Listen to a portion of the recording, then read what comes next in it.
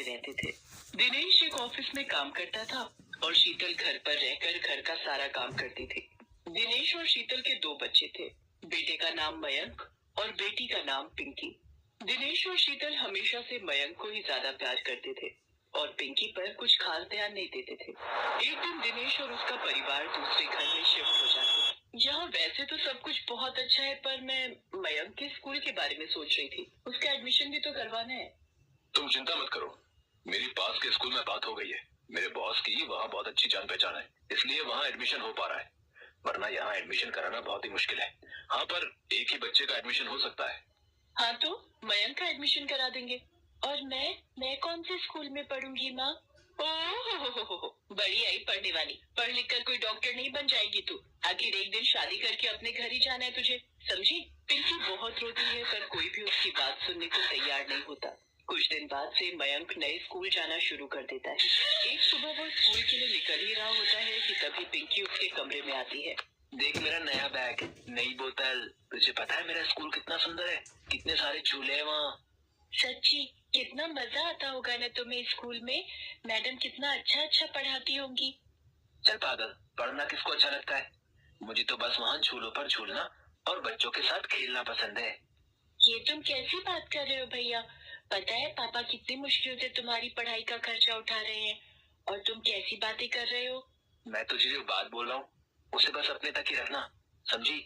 वरना मम्मी से तेरी शिकायत कर दूंगा, और तुझे तो पता ही है फिर मम्मी तेरा क्या हाल करेंगी।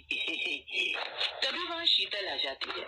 कितनी देर हो गई मयंक, चलो जल्दी स्कूल जाओ वरना बस निकल जाएगी। फिर मयंक स्कूल के लिए निकल जाता है। पिंकी पूरा दिन घर के कामों में ही अपनी माँ का हाथ बटाती रहती है। उसे स्कूल ना जाने का बड़ा ही दुख होता था, पर वो कुछ भी नहीं कर सकती थी। एक रात पिंकी को नींद नहीं आ रही होती है, तो वो खिड़की पर जाकर खड़ी हो जाती है और बाहर की ठंडी हवा ले रही होती है।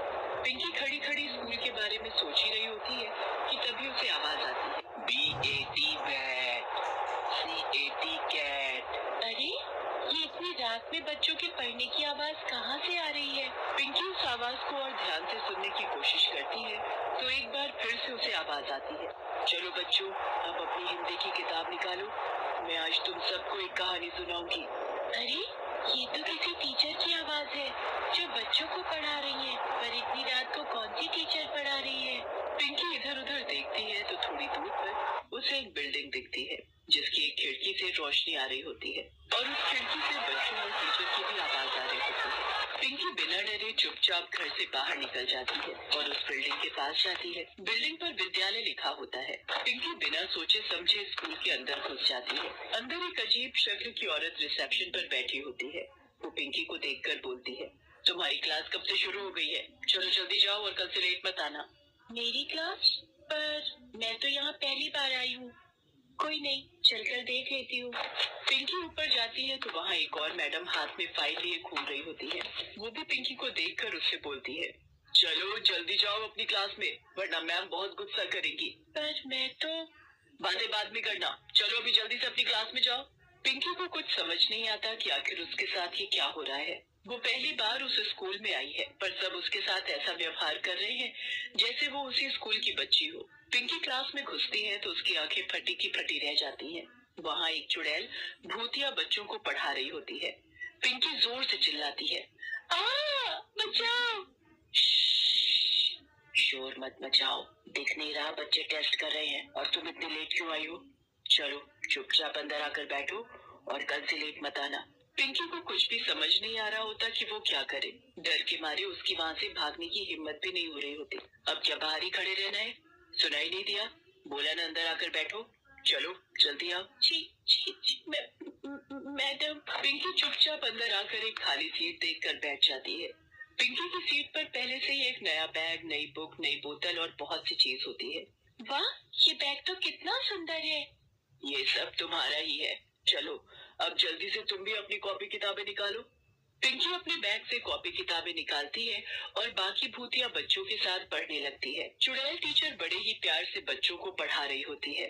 पिंकी पढ़ाई में इतना खो जाती है कि उसका डर थोड़ी देर में अपने आप खत्म हो जाता है।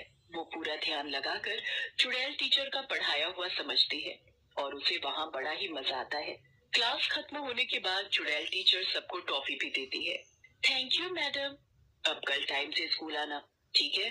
फिर मैं तुम्हें रोज टॉफी दूंगी। ठीक है मैडम, मैं कल से टाइम पर आऊंगी। पर एक बात याद रखना। क्या बात मैडम? यही कि किसी को भी इस स्कूल के बारे में नहीं बताना, वरना कोई तुम्हें यहाँ दोबारा नहीं आने देगा। ठीक है, मैं किसी को नहीं बताऊंगी। पिंकी की स्कूल की छुट्टी रात के 3 बजे हो जाती है और फिर वो अपने घर आकर चुपचाप सो जाती है। पिंकी अगले दिन उठती है पर किसी को भी रात की बात के बारे में नहीं बताती, क्योंकि उसे डर होता है कि उसके इस स्कूल के बारे में जानने के बाद मम्मी पापा उसे वहाँ नहीं जाने देंगे। इसी डर की वजह से वो किसी को कुछ नहीं बताती। पिंकी को पढ़ने का इतना शौक होता है कि उसे इस बात से कोई फर्क ही नहीं पड़ता कि उसे रात में एक भूतिया स्कूल में जाना पड़ रहा है और वहाँ पढ़ने और पढ़ाने वाली चुड़ैल है। पिंकी रात के 12 बजने का इंतजार करती है। जैसे ही 12 बजते हैं, वो दोबारा उसी स्कूल में पढ़ने जाती है और खूब मन लगाकर पढ़ती है। कितना अच्छा लग रहा है, यहाँ इतना सब सीखने को मिल रहा है। पिंकी रोज रात को उस स्कूल में जाती और सभी भूतिया बच्चों के साथ बैठकर पढ़ाई करती और ऐसे उसकी पढ़ाई पूरी हो जाती है। इतने सालों में पिंकी के स्कूल के बारे में किसी को भी पता ही नहीं चलता। पिंकी और मयंक अब बड़े हो जाते हैं। मयंक इतना पढ़ने के बाद भी नालायक होता है और पिंकी बहुत ही होशियार हो चुकी होती है। एक दिन शीतल और दिनेश मयंक पर चिल्ला रहे होते हैं। मैंने अपनी पूरी जमा पूंजी तेरी पढ़ाई पर लगा दी, पर तूने सब बर्बाद कर दिया। जब देखो फेल ही होता है। हद हो गई है, मेरे पास अब एक पैसा नहीं बचा जो मैं तेरी पढ़ाई पर लगा सकूं, समझा? आपने मेरे ऊपर पैसे लगाए तो कोई एहसान नहीं किया मुझ पर, और मैंने अपनी तरफ से पढ़ाई की है। अब मैं फेल हो गया तो हो गया, इसमें इतना गुस्सा क्यों रहे हो? हे भगवान, इस लड़के को तो बिल्कुल भी शर्म लिहाज नहीं रही। मयंक पढ़ने में कभी ध्यान नहीं देता था और ऊपर से वो दिन पर दिन और भी ज्यादा बदतमीज होता जा रहा था। धीरे धीरे उसने घर से पैसे तक चुराने शुरू कर दिए थे। एक दिन जब दिनेश और उसका परिवार उसके बॉस के घर पार्टी में जाते हैं, तो मयंक वहाँ भी चोरी करने लगता है और दिनेश का बॉस उसे रंगे हाथों पकड़ लेता है। ये वही है ना जिसका मैंने स्कूल में एडमिशन कराया था? देखो तो, आज मेरे ही घर में चोरी कर रहा है। दिनेश, तुम्हें कल से ऑफिस आने की कोई जरूरत नहीं है, समझे? अब सर, इसमें इसमें मेरी क्या गलती है? मैं एक चोर के बाप को नौकरी पर नहीं रख सकता, ठीक है? Get out. मयंक की हरकत की वजह से दिनेश की नौकरी चली जाती है। कुछ ही समय में वे लोग सड़क पर आ जाते हैं। उनके घर में खाने को एक दाना भी नहीं होता। पिंकी को ये सब देखकर बहुत दुख होता है। वो आस पड़ोस के बच्चों को पढ़ाना शुरू कर देती है और घर का खर्चा चलाने लगती है। जब ये बात दिनेश और शीतल को पता चलती है कि उनकी बेटी पिंकी बच्चों को पढ़ाती है, तो वो दोनों बहुत हैरान होते हैं। पिंकी तो कभी स्कूल गई ही नहीं, तो फिर बाकी बच्चों को कैसे पढ़ा सकती है? यही बात सोच सोच कर तो मैं भी परेशान हूँ। एक दिन दिनेश और शीतल पिंकी से ये बात पूछते हैं, पर वो बताने से हिचकिचाती है कि उसने इतनी पढ़ाई आखिर कहाँ से की। शीतल पिंकी के पीछे ही पड़ जाती है और पिंकी को सब सच बताना पड़ता है। पिंकी की बात सुनकर शीतल और दिनेश दंग रह जाते हैं। तुम पढ़ाई करने के लिए आधी रात को भूतों के स्कूल में जाया करती थी। ये सब हमारी गलती है। हमने कभी तुम्हारी पढ़ाई को अहमियत नहीं दी, जबकि तुम्हारे अंदर पढ़ने की कितनी लगन थी। हमने उस नालायक पर सारे पैसे लगा दिए जिसने हमारी इज्जत मिट्टी में मिला दी। हमें माफ कर देना बेटी। दिनेश और शीतल को अपनी गलती का एहसास हो जाता है। पिंकी उसके बाद उस भूतिया स्कूल में पढ़ने कभी दोबारा नहीं जाती, पर वहाँ की टीचरों को हमेशा दिल से धन्यवाद देती है।